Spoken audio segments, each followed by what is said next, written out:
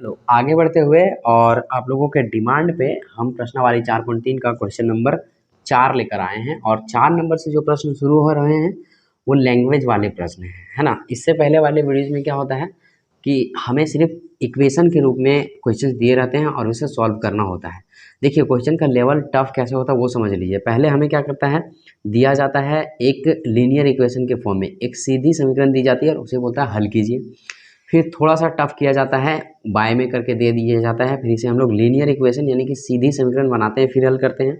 और अबर क्या करेगा, सारे प्रश्न लैंग्वेज में दे दिए हैं। पहले हमें क्या करना होगा, एक समीकरण बनाना होगा। वह समीकरण जब आप बनाइएगा तो इस फॉर्म में भी हो सकता है, इस फॉर्म में भी हो सकता है और इस फॉर्म में भी हो सकता है। याद रखिए लास्ट जो हमें ध्यान में रखना है वो ये रखना है कि चाहे कोई भी समीकरण हो एक सिद्ध में होनी चाहिए, ठीक है, तभी आपको सॉल्व करने में आसानी होगी। तो चलिए इस प्रश्न को पढ़ते हैं और जो बोला गया है वो करते हैं। तो इसको मैं हटा देता हूँ। अब देखिए यहाँ पे क्वेश्चंस क्या बोला गया है वो आप देखते चलेंगे और पढ़ते चलेंगे। 3 वर्ष पूर्व या 3 वर्ष पहले रहमान की आयु का व्युत्क्रम और अब से 5 वर्ष पश्चात यानी कि बाद आयु के व्युत्क्रम का योग 1/3 है, उसकी वर्तमान आयु ज्ञात कीजिए। क्वेश्चन पढ़ लिए लेकिन दिमाग में कुछ नहीं धंसा। हाँ भाई, क्वेश्चन तो पढ़ लिए लेकिन दिमाग में कुछ नहीं धंसा। कोई बात नहीं मेरे भाई, क्वेश्चन आप देखते चलो और इसका आंसर करते चलो, तभी आपके दिमाग में जाएगा।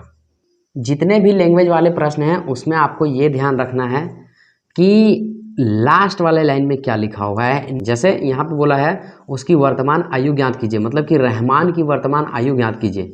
तो जिसके बारे में लास्ट लाइन में बोला जाए उसी को हम लोग लेके चलते हैं, ये ध्यान में रखिएगा। ये फर्स्ट स्टेप है लैंग्वेज वाले प्रश्न को हल करने के लिए, ठीक। तो चलिए यहाँ से हल शुरू होता है और यहाँ पे बोला गया है वर्तमान आयु ज्ञात कीजिए। तो हम यहाँ पे मान लेते हैं माना रहमान की वर्तमान आयु।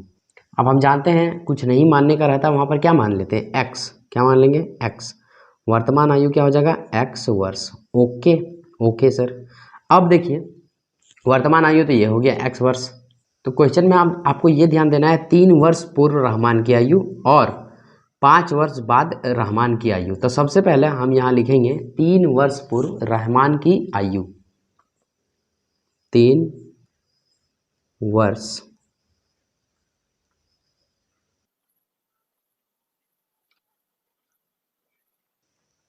हो गया। अब देखिए वर्तमान में कितनी है, एक्स है। तो 3 वर्ष के पहले कितना होगा, एक्स में कितना घटा देंगे, 3 घटा देंगे। तो ये हो जाएगा 3 वर्ष पहले की उम्र।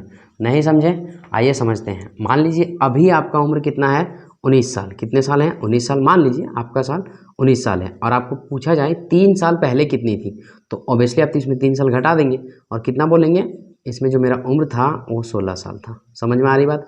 अभी अगर आपका उम्र 25 साल है और बोलेगा 5 साल के बाद कितना है, तो इसमें 5 साल जोड़ देंगे।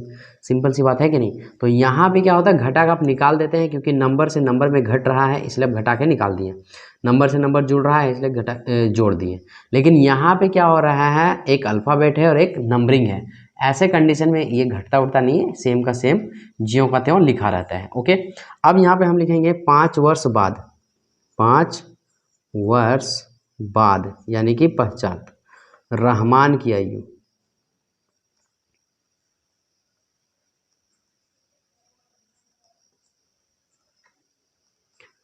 क्या हो जाएगा, x प्लस 5। ये 5 वर्ष बाद बोला है इसलिए हमने प्लस किया।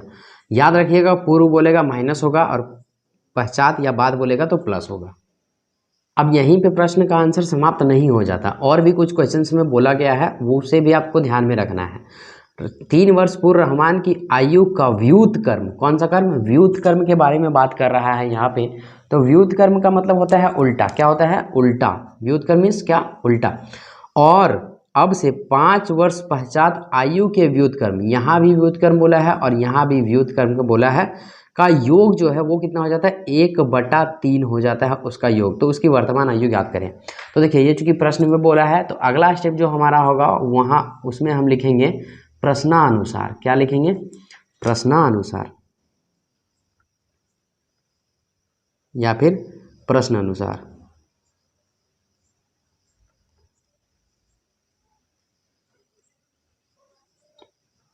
अब प्रश्न में, प्रश्नानुसार का मतलब क्या, प्रश्न में जो बोला गया वही हमने किया है, इससे ज़्यादा कुछ करने की कोशिश नहीं किया है। ओके, आइए थोड़ा व्युत्क्रम हम समझ लेते हैं। व्युत्क्रम क्या होता है? व्युत्क्रम यानी कि उल्टा। ओके, उल्टा। अब मान लीजिए आपके पास x लिखा हुआ है, तो इसका व्युत्क्रम क्या होगा? 1/x। ऐसा क्यों होता है? क्योंकि जिसके नीचे कुछ नहीं मतलब 1 होता है, तो उल्टा का मतलब क्या है? ये 1 ऊपर और ये x नीचे, तो क्या बन जाएगा? 1/x बन जाएगा। अब दूसरे कंडीशन में अगर देखेंगे, मान लीजिए x+4 लिखा हुआ है, इसका व्युत्क्रम यानी कि उल्टा क्या होगा? तो 1/x+4 हो जाएगा। क्यों? क्योंकि इसके नीचे भी कुछ नहीं मतलब 1 है, तो 1 चला जाएगा ऊपर और ये x+4 चला जाएगा कहाँ? नीचे। तो ये हो गया व्युत्क्रम। और क्वेश्चंस में बोला गया है कि इसका व्युत्क्रम और इसके व्युत्क्रम को जब योग करेंगे, प्लस करेंगे, जोड़ेंगे, तो कितना हो जाएगा? 1/3 हो जाएगा। इतना समझ में आया?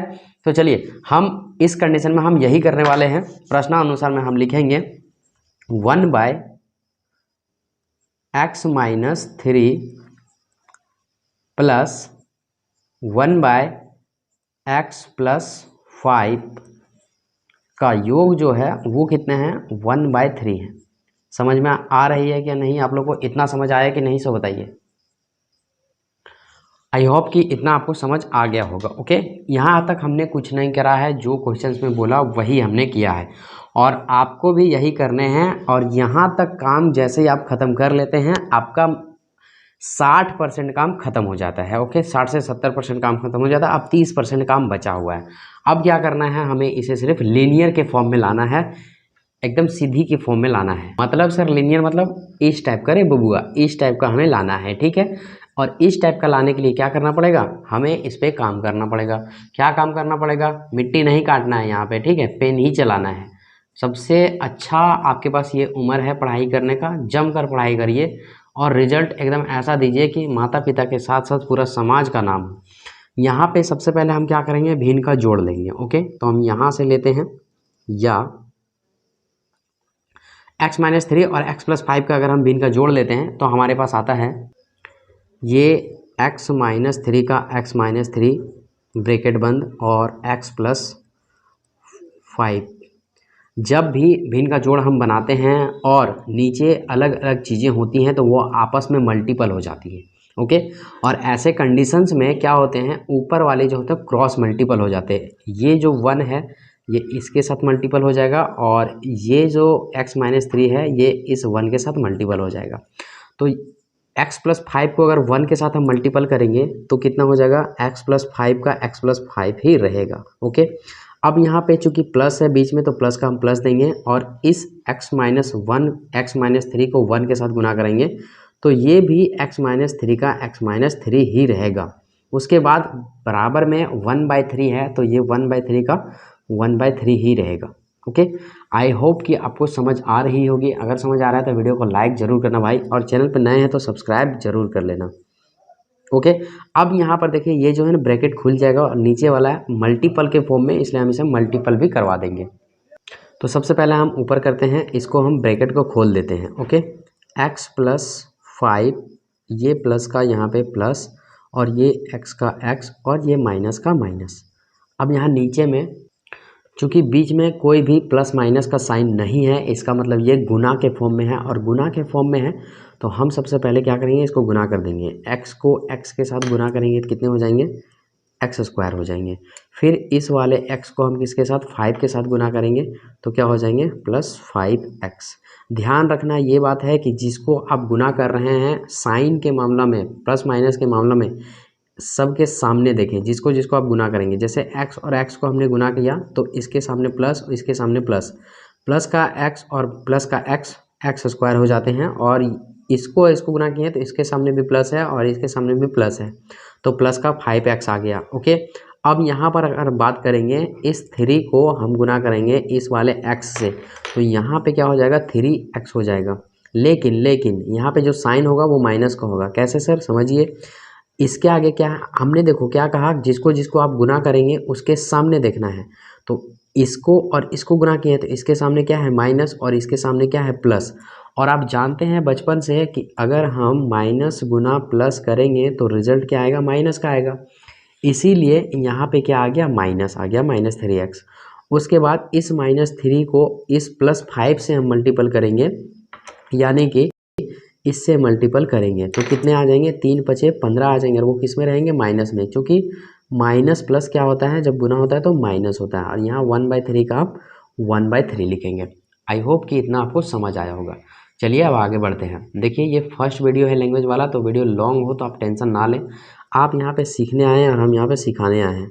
कसम खा के बोलते हैं, जब तक आप सीखेंगे नहीं तब तक हम आपको छोड़ेंगे नहीं बिना सिखाए। अब यहाँ पे हम क्या करेंगे, इसको हम जोड़ देंगे, x और x ये क्या हो जाएंगे, 2x हो जाएंगे।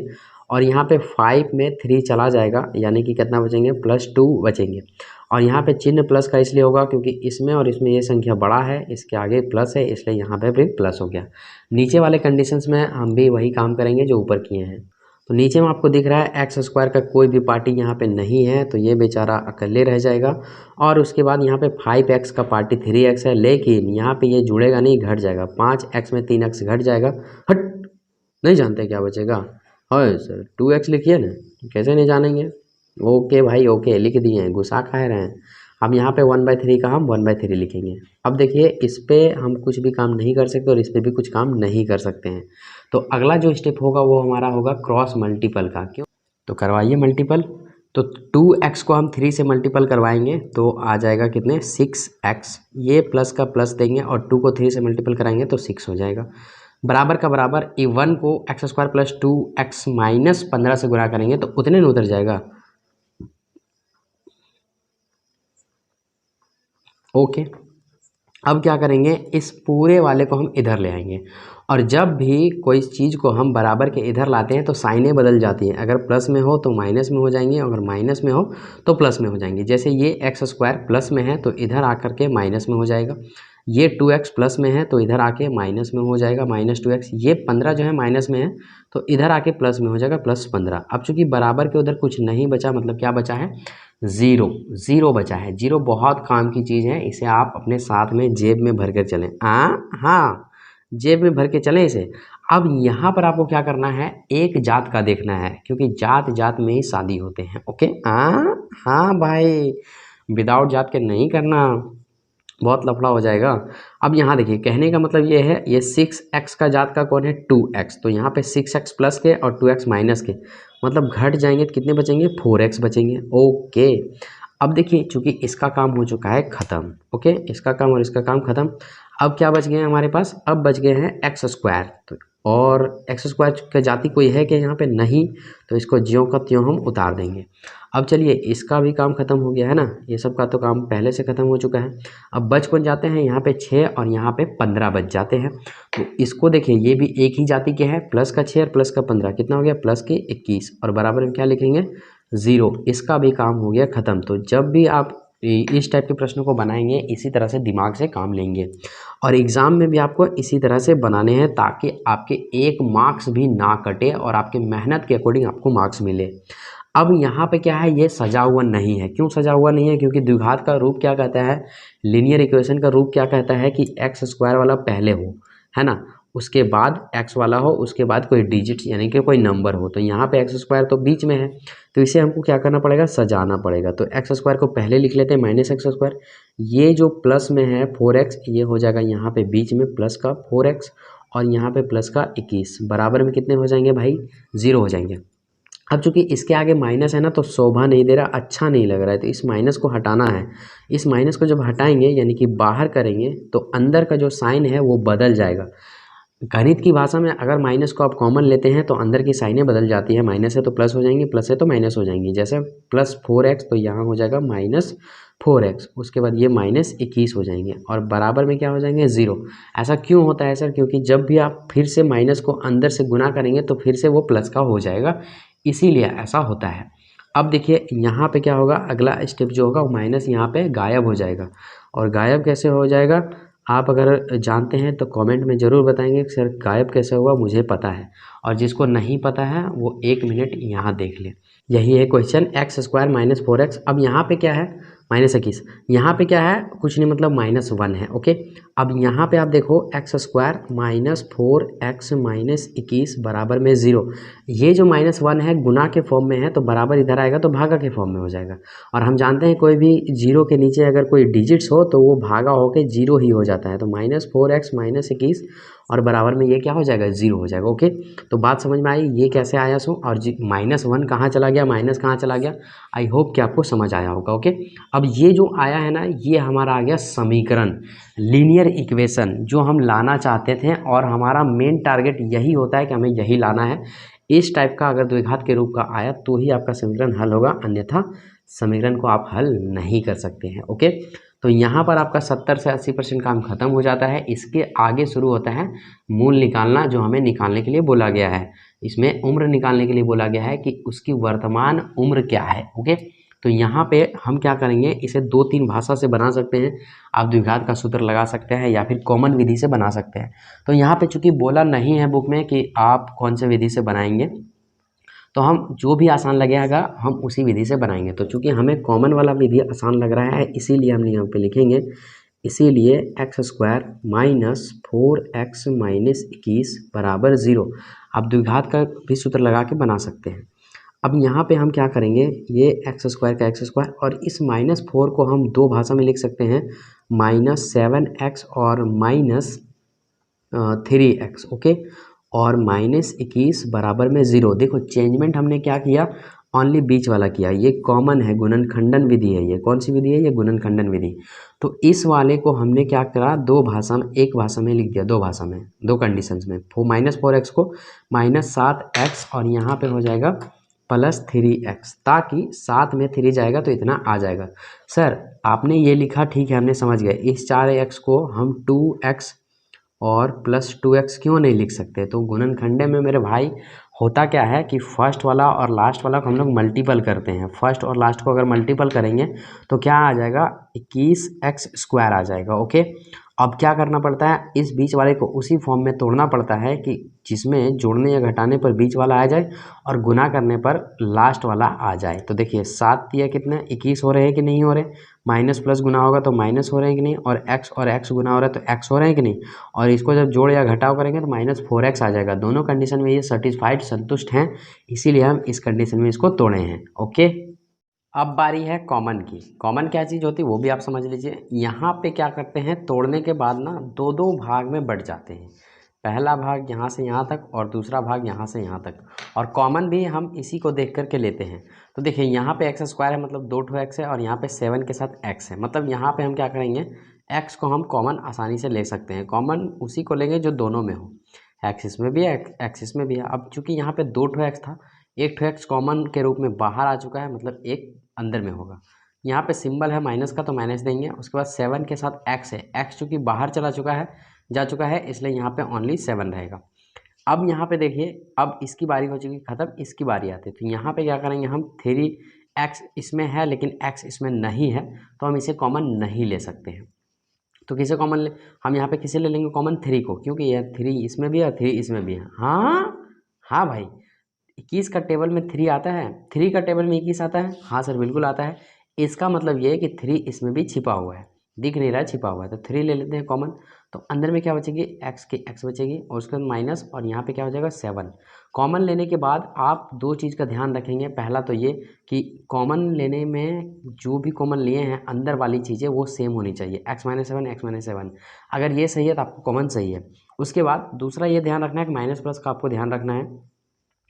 और तीसरा ये ध्यान रखना है कि कॉमन लेने के बाद आप क्या करेंगे, उसी चीज़ को फिर से गुना करेंगे, देखेंगे वही चीज़ आता है कि नहीं। जैसे मान लीजिए इस x को इसके साथ हम मल्टीपल करेंगे तो x² आ जाता है, फिर x को हम 7 से करेंगे तो 7x आ जाता है, प्लस का प्लस। 3 को फिर हम x के साथ मल्टीपल करेंगे 3x आ जाएगा, और फिर 3 को 7 के साथ मल्टीपल करेंगे तो 21 आ जाएगा। आपको ये बात ध्यान रखना, अगर ये फॉलो कर जाता है आपका कॉमन सही है।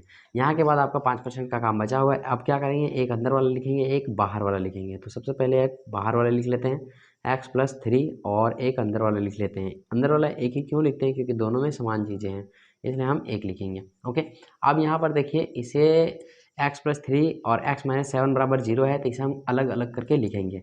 जैसे x+3 बराबर 0 व x-7 बराबर 0। ओके, अब यहाँ पे क्या करेंगे, x बराबर, ये जो 3 है प्लस में बराबर के उधर चला जाएगा, किस में हो जाएगा, माइनस में हो जाएगा।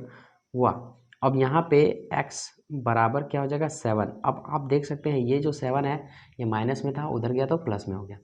अब देखिए यहाँ पे हम चूँकि बात कर रहे हैं आयु की, वर्तमान आयु की, तो आयु जो है सो ऋणात्मक नहीं होती, इसलिए वर्तमान आयु 7 हो जाएगा। तो यहाँ पे हम लिखेंगे चूँकि आयु कभी ऋणात्मक नहीं होती है,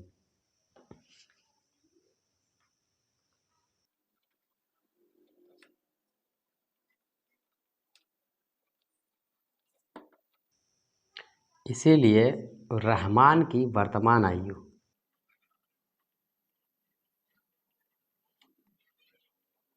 बराबर 7 वर्ष, और ये हो गया आपका आंसर। क्लियर? ओके। अब देखिए यहाँ पे समझने वाली बात ये है कि x के 2 मान निकले, x बराबर -3 और x बराबर 7। तो हम यहाँ माइनस क्यों नहीं लें, क्योंकि आयु जो आपका एज है कभी माइनस में होगा क्या? नहीं होगा, इसलिए ये आंसर नहीं होगा, आंसर ये वाला होगा। ओके। तो आशा करते हैं यहाँ तक आपको समझ आया होगा, और अगर नहीं समझ आता है तो आप हमें कमेंट करना है, वीडियो में कुछ सुधार करना है तो वो भी आप कमेंट के माध्यम से बता सकते हैं। एक चीज़ और, आप अगर हमारे व्हाट्सएप के ग्रुप से नहीं जुड़े हुए हैं तो डिस्क्रिप्शन में लिंक है, आप उस लिंक में जाइए और व्हाट्सएप के ग्रुप से जुड़िए। अगर आपको कॉन्टैक्ट नंबर चाहिए कोई इंक्वायरी के लिए तो ईमेल आप कर सकते हैं, कॉन्टैक्ट कर सकते हैं।